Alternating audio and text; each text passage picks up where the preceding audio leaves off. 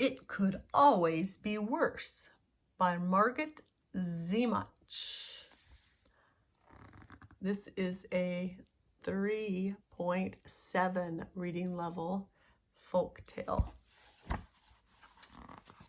Once upon a time in a small village, a poor, unfortunate man lived with his mother, his wife, and his 6 children in a little room hut. Because they were so crowded, the man and his wife often argued. The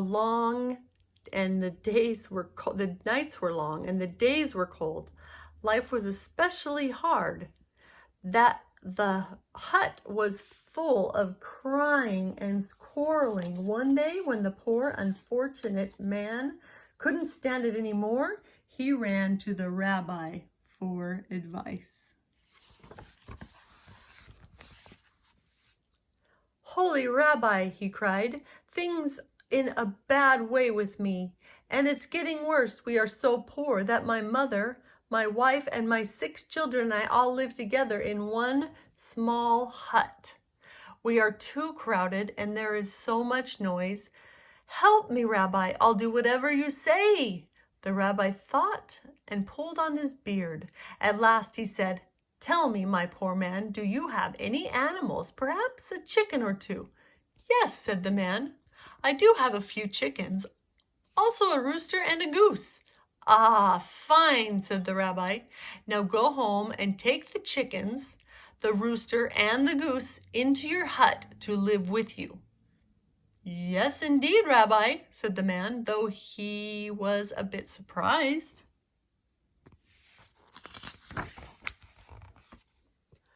The poor unfortunate man hurried home and took the chickens and the rooster and the goose out of the shed and into his little hut.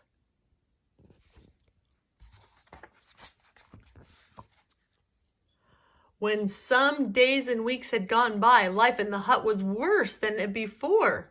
Now, with the quarreling and crying, there was honking and crowing and clucking. There were feathers in their soup.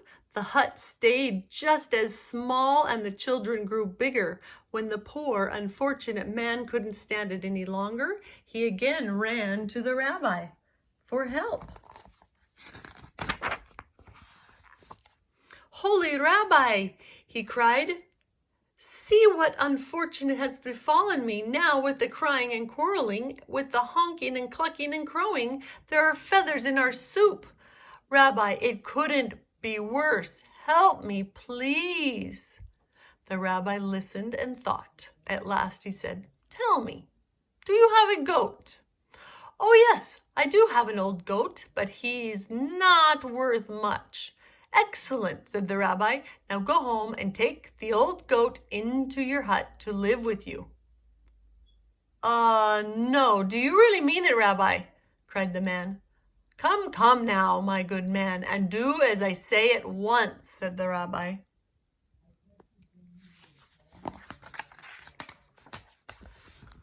The poor unfortunate man tramped back home with his head hanging down and took the old goat into his hut.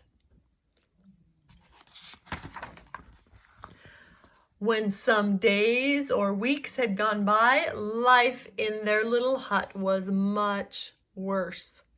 Now, with the crying and quarreling and clucking and honking and crowing, the goat went wild, pushing and butting everyone with his horns. The hut seemed smaller. The children grew bigger. When the poor unfortunate man could not stand it another minute, he again ran to the rabbi.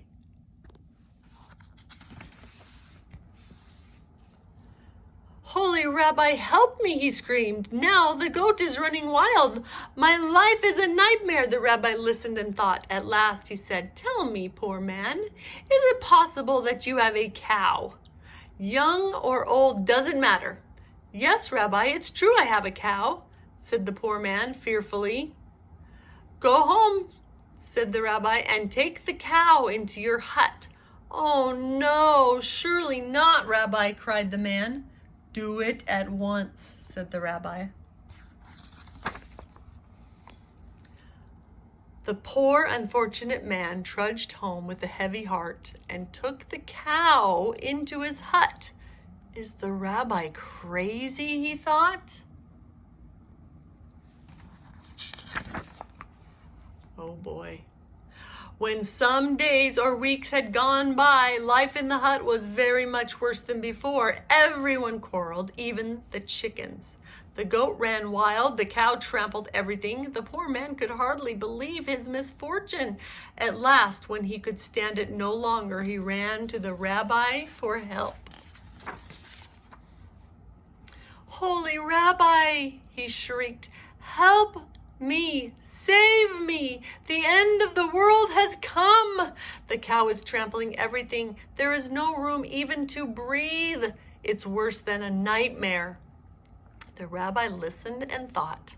At last he said, "Go home now, my poor unfortunate man, and let the animals out of your hut." I will, I'll do it right away," said the man.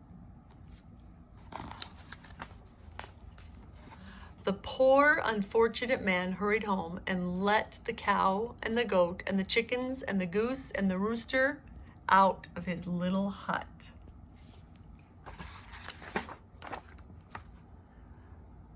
That night, the poor man and his family slept peacefully. There was no crowing, no clucking, no honking. There was plenty of room to breathe. The very next day, the poor man ran back to the rabbi. "Holy Rabbi," he cried, "you have made life sweet for me. With just my family in the hut, it is so quiet, so roomy, and so peaceful. What a pleasure."